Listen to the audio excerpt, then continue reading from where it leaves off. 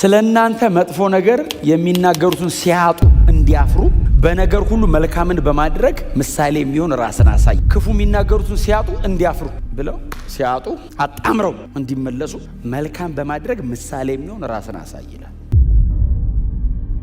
ሪል ዲያስፖራ ክርስቲያን አገር ሌላ ቦታ ነው፣ እዚህ መታ ነው። ዛሬ እንደሚነጠቅ ሰው ዘጋጃሉ፣ ዘላለም ምድር ላይ እንደሚኖር ሰው በትጋት እሰራለሁ ይል ነበር አንድ ሰውዬ። ዛሬ እንደሚሄድ ሰው ህይወቴ ዝግጁ ነው፣ መሬት ላይ ዘላለም ምኖር እስከመስል ነው የምተጋው አለ በስራዬ። የክርስቲያን አንዱ ባህሪው በሚያደርገው በየትኛውም ነገር በልጦ መገኘት ነው፣ ራስ መሆን። እዚህ ምድር ላይ ያለውን ኤክሰለንሱን ጠብቆ መኖሩ ራሱ ወንጌል ነው። እስፔሻሊ ግን አብርሃም አይገርማችሁ? እግዚአብሔር ርስት አድርጎ በሰጠው ምድር እንደ መጻተኛ ኖረ። እግዚአብሔር ርስት አድርጎ በሰጠው ምድር ላይ እግዚአብሔር በሰጠው ጉዳይ እንግዳው ነው።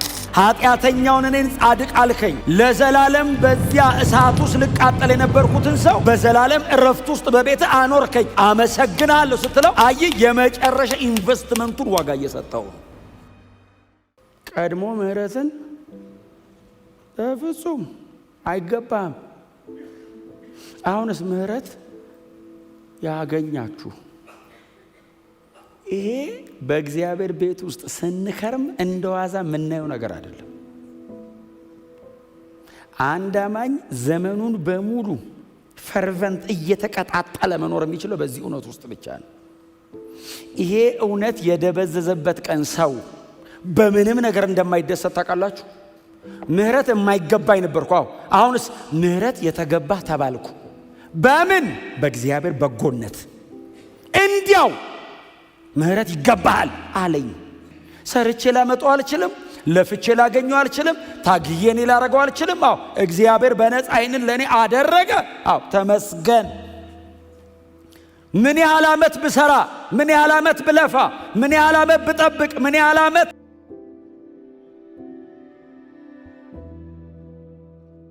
እንደው እንከን አልባ የሆነች መንገድ ቤት ላገኘው እችላለሁ። መቼም እድሜን በሙሉ ምድር ላይ አንተ በቀረበልህ መመዘኛ ንጹሕ ሆነ ብትኖር አታገኝም ምህረት። እግዚአብሔር በልጁ በክርስቶስ ኢየሱስ በኩል እንዲያው በነፃ ማረ፣ ይቅር አለ፣ በነፃ አገኘ። ይህንን ቫልዩ ማረግ ካልቻልኩ ከጉንፋን ስለ መዳኔና የሆነ ጥቃቅን ነገር ስለ መሰራቷ እያመሰገንኩ ከፍርድ ወደ ጽድቅ መሻገሬ ማመስገን ርዕስ ካልሆነኝ እግዚአብሔር ልቡ በምን ሊሞቅ ይችላል?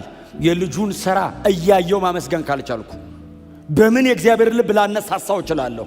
እግዚአብሔር ሥራዬ ተገለጠለት ሊለኝ የሚችለው መቼ ነው? ምህረት የማይገባኝን እኔን ማርከኝ፣ ኃጢአተኛውን እኔን ጻድቅ አልከኝ፣ ለዘላለም በዚያ እሳት ውስጥ ልቃጠል የነበርኩትን ሰው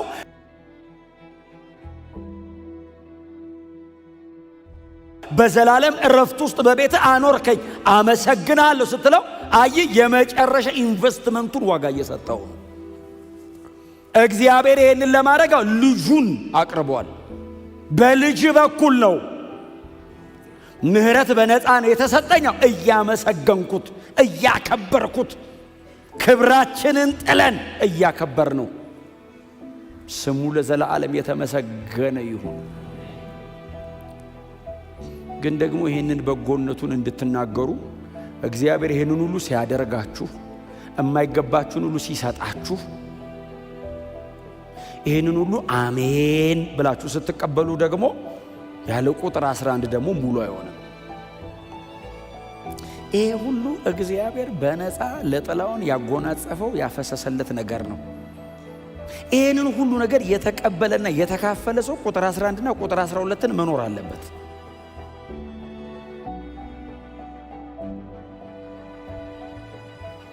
የተመረጠ ቅዱስ የንጉሥ ካህን ለርስት የተለየ ወገን በነፃ ምህረት የማይገባውን ምህረት ሰጥቶ ፍርደኛውን ጻድቅ አድርጎ እግዚአብሔር አኑሯል። እውነት ነው። ጥርጥር፣ ጥያቄ መልስ የለውም። እውነት ነው። ተካፋዮች ነን። አሜን። ቁጥር 11 በዚህ ዓለም እንግዶችና መጻተኞች ናችሁ። እንደመሆናችሁ የሚለውን ተውት። ናችሁ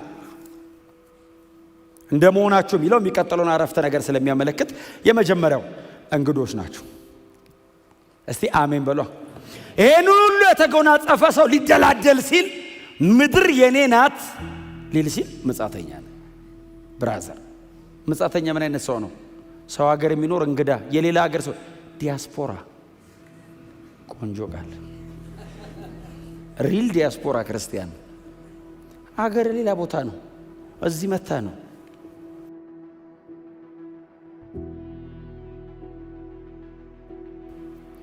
ጥላይ ደግሞ እንሄዳለን በሉት። ጥሩት እስቲ ወንድም መጻተኛ እህት ተባባሉ እንጂ ምን ነው ነዋሪ ቋሚ አትምሰሉ። መጻተኛ በምንድን ነው የሚኖረው? በድንኳን። ለምን? ሄያጅ ናቃይ የምትጠቀለል ቀለል ያለች ነገር ነው የሚይዘው። ለምን? ሄያጅ ነው። የአገሬው ሰው ከጠላ ያባረዋል። አንተ ደግሞ ዝም ብለህ ኢየሱስ ኢየሱስ የምትል ብለው ወስዶ ይገላል፣ ይሸኛል። ብዙ ነገር መሬት ላይ ካለ ግን ትጓጓል። በቃ ተዋለው እሱን በቃ ከእናንተ ጋር ተስማምቼ ልኑራ። እንደዛ የምትሆን ከሆነ ትችላለህ። ግን ያጉሌ ሰማይ ኢየሱስ ምን አገሬ በሰማይ ነው ትሉ ቶሎ እንሸኝ።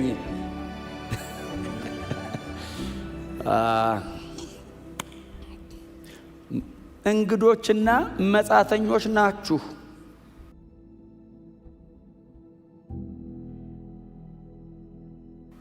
መጽሐፍ ቅዱሳችን ላይ በጣም ብዙዎቹ የእስራኤል በተለይ እና አብርሃም እና ይስሐቅ እና ያዕቆብ ተጓዥ ናቸው አይደል? ተጓዥ ነበሩ። ማህበረሰቡ ተጓዥ ነበር። እስፔሻሊ ግን አብርሃም አይገርማችሁ እግዚአብሔር ርስት አድርጎ በሰጠው ምድር እንደ መጻተኛ ኖረ የሚል ቀለም ባቸው ሰው ሀገር አይደለም ባይዘው ራሱ ርስት አድርጎ ነው የሰጠው። ይሄ ሀገር ያንተ ነው አለ። እሺ አለና አጠረው። አብርሃምን ብሎ ነው ሰው የመጣው። ከዛስ እግዚአብሔር ርስት አድርጎ በሰጠው ምድር ላይ እግዚአብሔር በሰጠው ጉዳይ እንግዳው ነው እንደ መጻተኛ። ሚስቱ ሳራ ስትሞት ትዝ ይላችሁ ሄዶ የመቃብር ቦታ ገዛ ይልና አንተ እኮ ጌታችን አንተም ብለን መተን ሰፍረን እንዴት ነው አንተ መቃብር ቦታ የምትገዛው ሲሉት አለ አብርሃም አይ እግዚአብሔር የመሰረታትን ከላይ የምትወርደውን ከተማ አጠባበቃለሁ አለ። ያንተ እኮ ነው። ኧረ አይደለም ውሰዱት። አንተስ ባዶን አይ እግዚአብሔር የመሰረታት ከሰማይ የምትወርድ ከተማ ትጠብቀኛለች፣ እሷን የምትጠባበቀው እና በቋሚነት የምኖረው እዛ ነው። ይሄን እኮ እግዚአብሔር ነው የሰጠ። አዎ ግን ለጊዜው ነው የሰጠኝ። በጣም ምድር እናንተ ተወዷት የለ ውሰዱት።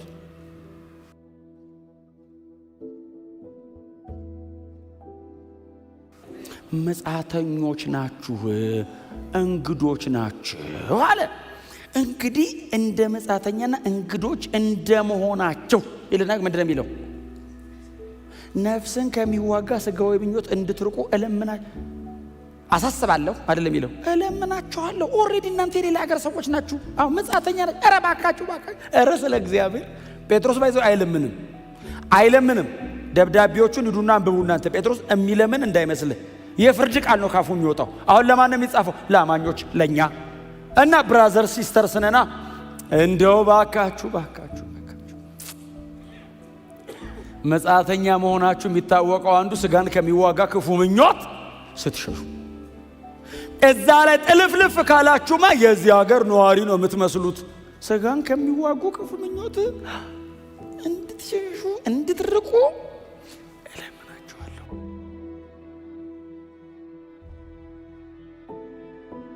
ለምን? ቶሎ ይይዛል። ቶሎ ክብብ እስር ያዝ ወደ ታች ጎትታል እና ብጥስጥስ አድርገህ ተዘጋጅ ተጠብቀው። መሬትን በጣም አትርገጧት እንደማለት ነው በዘንድሮ ቋንቋ። የትልቅ ህንፃ መሰረት አይነት ወደ ታች 4 ቤዝመንት ያለው ወደ ላይ 50 ምናምን አትሆኑ። እንደሱ ስሩ፣ ችግር የለው። እናንተ እንዳትሆኑ ህንፃ ገንቡ እስክትሄዱ። በእውነት ዛሬ እንደሚነጠቅ ሰው ዘጋጃሉ፣ ዘላለም ምድር ላይ እንደሚኖር ሰው በተጋተ ሰራለሁ ይል ነበረ አንድ ሰውዬ። ዛሬ እንደሚሄድ ሰው ህይወቴ ዝግጁ ነው፣ መሬት ላይ ዘላለም ምኖር እስክመስል ነው የምተጋው አለ በስራዬ። የክርስቲያን አንዱ ባህሪው በሚያደርገው በየትኛውም ነገር በልጦ መገኘት ነው፣ ራስ መሆን ነው። ይህ እዚህ ምድር ላይ ያለውን ኤክሰለንሱን ጠብቆ መኖሩ ራሱ ወንጌል ነው።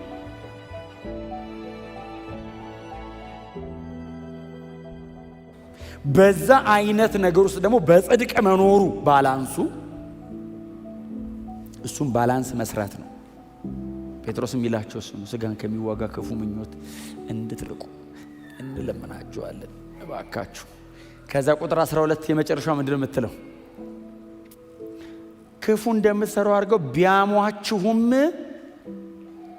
ለፍርድ በሚመጣበት ጊዜ አይደል እነሱ እግዚአብሔር እንዲያከብሩ በቃ እዚህ ድረስ ካወራሁት ይበቃዋል ክፍሉ ራሱ።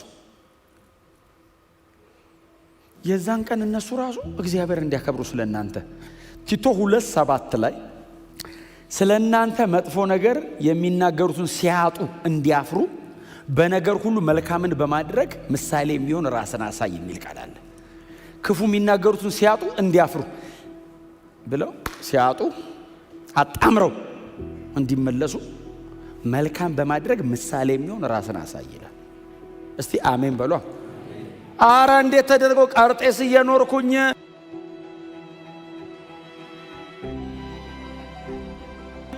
እዛ እነዚዮስ የሚመለኩበት ያ ሁሉ ኃጢአት ሰዎቹ ራሱ እኮ ሆዳሞች ናቸው አይደል? ሆዳሞች፣ በላተኞች፣ ክፉ አራዊት ናቸው ይላል ከተማው ሰው።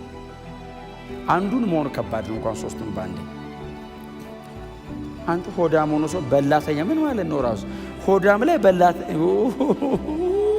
ጸልይ ነው የምትይዘው እጁን እግዚአብሔር ምኑ ጋር ነው የምትጸልይለት? ራሱ እዚህ ጋር ነው እዚህ ጋር ነው እዚህ ሆዳሞች ናቸው ብሎ ቀጥሎ በላተኞች ይላል። ከዛ ክፉ አራዊት ራሱ አራዊት እኮ ከባድ ነው። ቀጥሎ ክፉ የሚላለው ከፊት ከአራዊትነት ላይ ክፋት ሰው እኮ ነው። እንዲህ ናቸው ብለህ ራስ የጻፍከው ከተማ ላይ እንዴት አድርገህ ነው መልካም በማሳየት ራስን አሳይ የምትለኝ ሲለው ቁጥር 11 ላይ ሰዎችን ሁሉ የሚያድን እግዚአብሔር ጸጋ ተገልጧል። ይህም ጸጋ ዓለማዊ ምኞትና ኃጢአተኝነትን ክደን የተባረከውን ተስፋችንን የኢየሱስ ክርስቶስን የክብር መገለጥ እየተጠባበቅን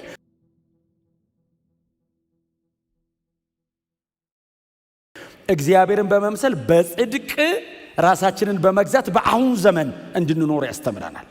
እስቲ አሜን በሏ። አሁን ጸጋው ምንድነው? ስራው ማስካድ፣ ቀጥሎ እንድንጠብቅ ማድረግ፣ ቀጥሎ ማስተማር። ሶስት አይደል ስራው? ያስክደናል፣ ቀጥሎ እንድንጠብቅ ያደርገናል ብሎ ራሳችንን እንድንገዛ እግዚአብሔርን እንድንመስል በጽድቅ እንድንኖር መቼ? አሁን በዚህ ዘመን ያስተምረናል። አሜን ነው። ይሄንን ግን የእግዚአብሔር ጸጋ በአንተ ሲሰራ የሚናገሩትን ክፉ ነገር ሲያጡ ያፍራሉ። ይሄንን ሁሉ ድነት፣ ይሄን ሁሉ በጎነት፣ ይሄንን ሁሉ የእግዚአብሔርን ቸርነት ተሸክመ እንዴት ነው መኖር ያለብህ? እንደ ቁጥር 11 እና እንደ ቁጥር 12 ይሄንን ሁሉ የእግዚአብሔርን ማዳን ያየ ለርስት የተለየ ቅዱስ ሕዝብ የተመረጠ አቤት በቃ ሕዝቡን አስቡት። አሁን አንደኛ ጴጥሮስ ይሄን ያክል ባይዘ ይሄን የሚያክል ቸርች ኢየሩሳሌም ቸርች ሊሆን ይችላል። በጣም ትንንሽ ናቸው። በቤት ውስጥ ያሉ ናቸው ብዙዎቹ ቸርቾች 6 10 አሁን የኛ ባይብል ስተዲ ግሩፕ ራሱ እኮ አንድ ግሩፕ እስከ 30 ሰው ነው አይደል? ያን ያክል ራሱ ቸርች የለም፣ ትንንሽ ናቸው። እነ ፊሊሞና ቤት እነ አክርጳ እነ ምናምን ተሰብስበው ከተመረጠ ትውልድ ባል አሜን 7 10 ለርስት የተለየ ወገን ሲል 10 እኮ ነው ወገን። አሜን ይበጫባብጣሉ። አሜን እኛ ነን። ሌላቶ ቄሳርንቶ ጴጥሮስ እኛን ምናምን እያየ ነው ባይዘው እንደዚህ 3000 ምናምን ሰው የሚይዝ አንድ ቸርች እያየ ወገን ሕዝብ ይመጣል ይላል። ወንጌል ኃይለኛ ነው። ብዙዎችን ይጠራል፣ ይናጠቃል። መጻተኞች ሆይ አገራችሁ በሰማይ ነው። ስጋን የሚዋጋ ክፉ ምኞት የተባሉት የዚህ አገር ነዋሪዎች ህይወት ነው። የእናንተ ሰማያዊ ነው። ስለዚህ የዛኛው አይነት ህይወት ኑሩና እርሱ የሚመጣበት ቀን አይደል? በሚገለጥበት ቀን ያመሰግናሉ ማለት ነው። ኢየሱስ ሲገለጥ እኮ እኛ መክበሪያችን ነው። ባይዘው በዚህ ስትኖሩ እስኪመጣ ይጠብቋችኋል። ልክ እሱ ሲመጣ ተለውጠን እርሱን መስለን ስንሄድ ተንበርክከው ለእግዚአብሔር ክብር ይሰጣሉ። ትክክል ነው ለካ ህይወታቸው፣ ለካ እውነቱ ይሄ ነው ይላሉ። ተጠበቁ፣ በክርስቶስ ኢየሱስ ያመናችሁ ሆይ ተጠበቁ።